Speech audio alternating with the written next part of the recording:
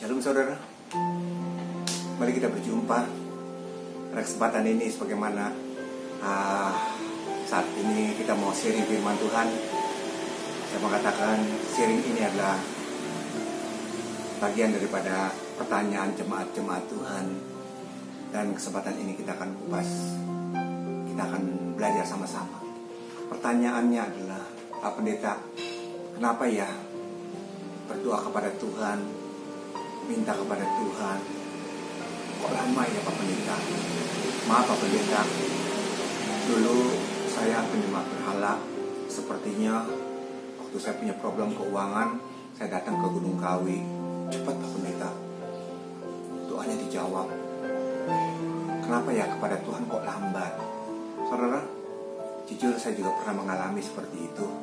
Saya pernah ada di dalam dunia kegelapan seperti itu. Dan saya juga menyaksikan bagaimana orang-orang yang datang dan diberkati luar biasa. Saudara, saya punya tim yang bisa melihat apa yang dia lihat saat dia dengan orang tuanya pergi mau makan bakso. Maaf ya, bukan semua tukang bakso bukan di pinggir jalan tetapi di ruko. Begitu mereka masuk ke sana, langsung anaknya berkata gini, "Mah, Parik, kenapa? Parik, emang kenapa? Dah nanti aja." Di mobil dia baru cerita, ternyata mereka yang lagi pada asik makan bakso sambil keringetan, mereka tidak lihat di depan mereka ada setan, ada semacam tuyul atau setan yang menjijikan. Lagi ngapain? Lagi ngejilatin baksonya. Dan orang itu dengan asik aja makan bakso sambil keringetan. Padahal dia lihat itu di depannya ada yang dijilatin, ada yang diludahin. Ih, menjijikan sekali. Mamanya berkata, ih ngeri ya. Itulah saudara, itu yang terjadi. Oleh karena itu, hari ini kita mau sedikit belajar. Kenapa sih sukses keberhasilan kita kok sepertinya susah di dalam Tuhan? Maaf ya, Tuhan tidak pernah mau menghajar kita, menyiksa kita. Dia mengasihi saudara dan saya. Dia mengasihi saudara dan saya. Dia mau kita semua diberkati.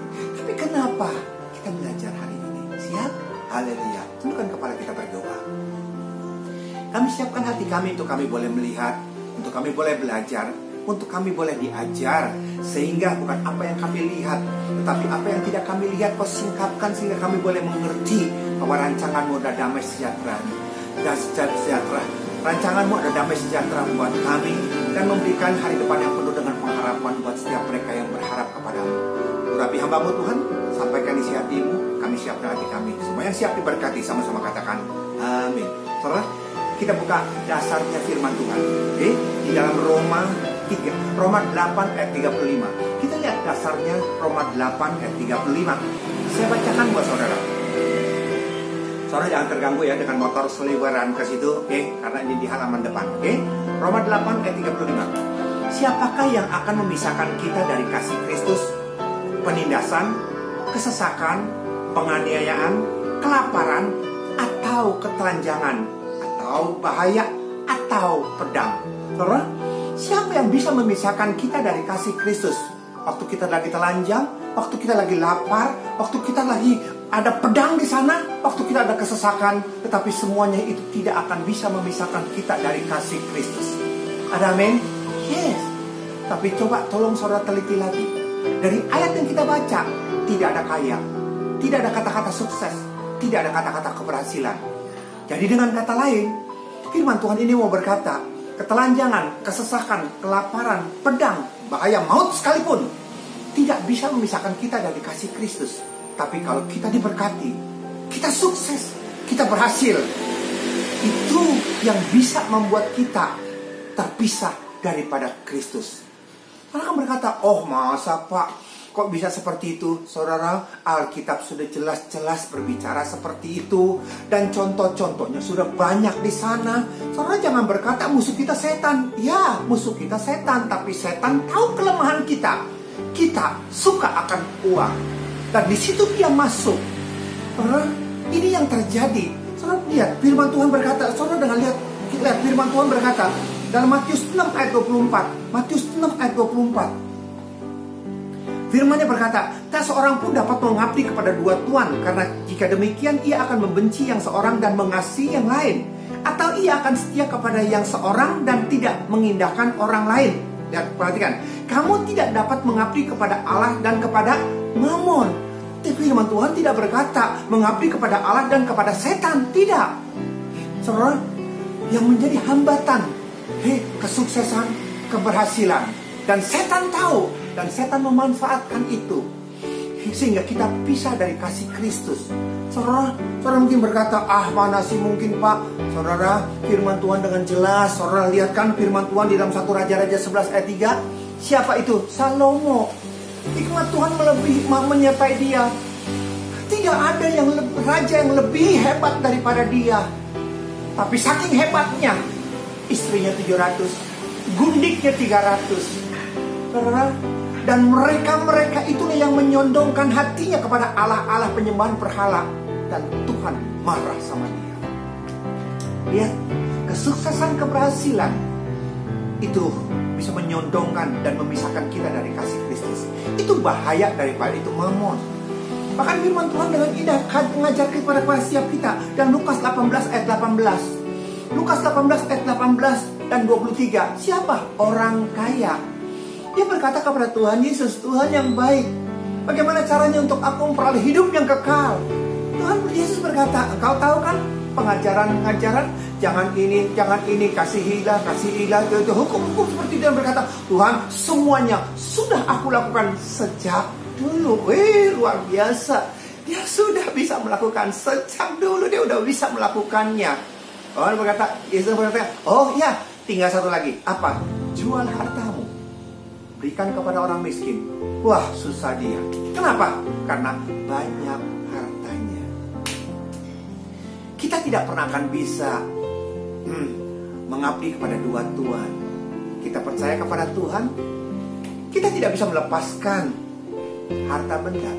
Apakah Tuhan mau kita sengsara, menderita, miskin? Tidak. Perikop yang kita baca ini, saat ini juga, di kesempatan ini juga, kita akan menerima lipat kali ganda dari Tuhan. Tuhan tidak pernah mau berhutang kok.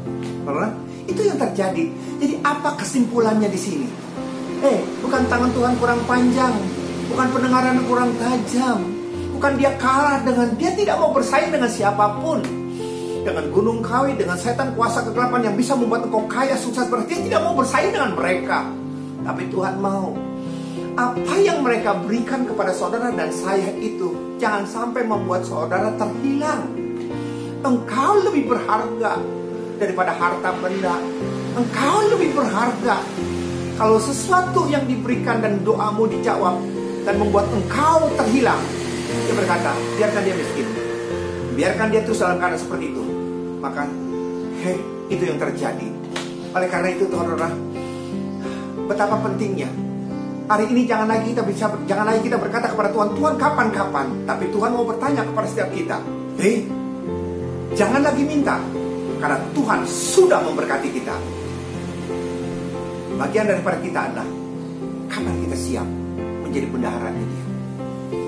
Kapan kita siap untuk diberkati sama dia. Jangan sampai berkat yang kita terima membuat kita terhilang. Hati-hati. Pak, bagaimana mungkin Pak? Kan kalau misalkan seperti ini jemaat kata gini, Pak, begini Pak, kita datang kepada setan iblis Pak. Kemudian apa? Nanti kalau kita udah kaya, kita bertobat Pak. Emang nyuci duit, nyuci uang gitu loh. Tidak bisa saudara, tidak bisa seperti itu. Kau tidak pernah akan bisa terlepas daripada setan itu kalau kau sudah diberkati. Kenapa? Perhatikan. Begitu kau punya kebutuhan, kau datang kepada Gunung Kawi atau segala macam apalah, dan kau diberkati. Begitu kau punya kebutuhan, suatu saat kau akan datang lagi ke situ. Tidak mungkin kau datang kepada Tuhan. Seterusnya kita keterikatan seperti itu, dan akibatnya kita tahu kan, ujung-ujungnya mau. Saudara, waktu kita melakukan seperti itu tanpa kita sadar, dia perlu tumbang. Kalau kau sebagai pengusaha, maaf ya, saya sebagai pengusaha dulu, saya main seperti ini, terjadi tumbang. pekerja saya, ada tangannya yang buntung, jarinya yang buntung, ada yang tangannya, ada yang kecelakaan. Maaf saudara, kita udah terlalu gelap. Yang kita lihat kaya, sukses, berhasil. Kita lupa ada korban-korban. Oleh karena itu, hari ini sharing firman Tuhan. Saudara, jangan pernah putus asa. Tuhan mau saudara dan saya diberkati. Makanya doa Bapa kami, berikan kami pada hari ini makanan kami secukupnya. Bukan firman Tuhan berkata, berikan kami makanan kami buat setahun Tuhan. Kenyataannya kita minta bukan cuma sehari, setahun. Bahkan kalau bisa 7 bulan. Serahlah. Saudara mau diberkati, saudara mau dibebaskan. Siapkan hati kita. Siapkan hati kita menjadi bendahara yang jujur. Siapkan hati kita supaya sesudah kita diberkati, jangan sampai kita terhilang. Oleh karena itu, bukan di tangan Tuhan, tapi dalam tangan kita sendiri. Setia dalam perkara yang kecil, setia kepada Dia, dipercayakan dalam perkara keras seperti itu, dan Tuhan akan berkati setiap kita. Amin. Itu dengan kepala kita berdoa. Terima kasih Tuhan. Hari ini Tuhan kami boleh mengerti bahaya daripada mamon, bahaya daripada kesuksesan, bahaya daripada keberhasilan. Terlalu mudah buat Engkau untuk memberkati kami. Memang Engkau mau memberkati kami dan sudah memberkati kami. Tetapi karena ketidaksiapan kami Bapa menerima berkat-Mu, sehingga Kau menunggak segala sesuatu. Karena Kau tidak mau Tuhan berkat itu berubah menjadi kutuk, dan akhirnya kami terhilang. Kau tidak mau Tuhan kesembuhan itu, kesembuhan yang Kau berikan kepada setiap kami, membuat kami akhirnya terhilang. Oleh karena itu Tuhan, mampukan kami, kuatkan kami Tuhan. Kalau kami dipertanggungjawabkan, untuk kami tetap setia dan percaya Tuhan pasti memberkati, Tuhan pasti melimpahkan, Tuhan pasti membebaskan kami. Terima kasih Tuhan. Biar firman-Mu tertanam dalam hati setiap kami, membuat kami kuat, tidak gentar. Di dalam nama Yesus. Haleluya. Amin. Terima kasih Tuhan. Demikian firman Tuhan, sharing firman Tuhan. Kiranya sharing-sharing ini membuka mata hati kita, membuat kita lebih diberkati. Amin. Terima kasih. Sampai jumpa dalam kesempatan yang akan datang. Saudara hebat. Shalom, Tuhan berkati.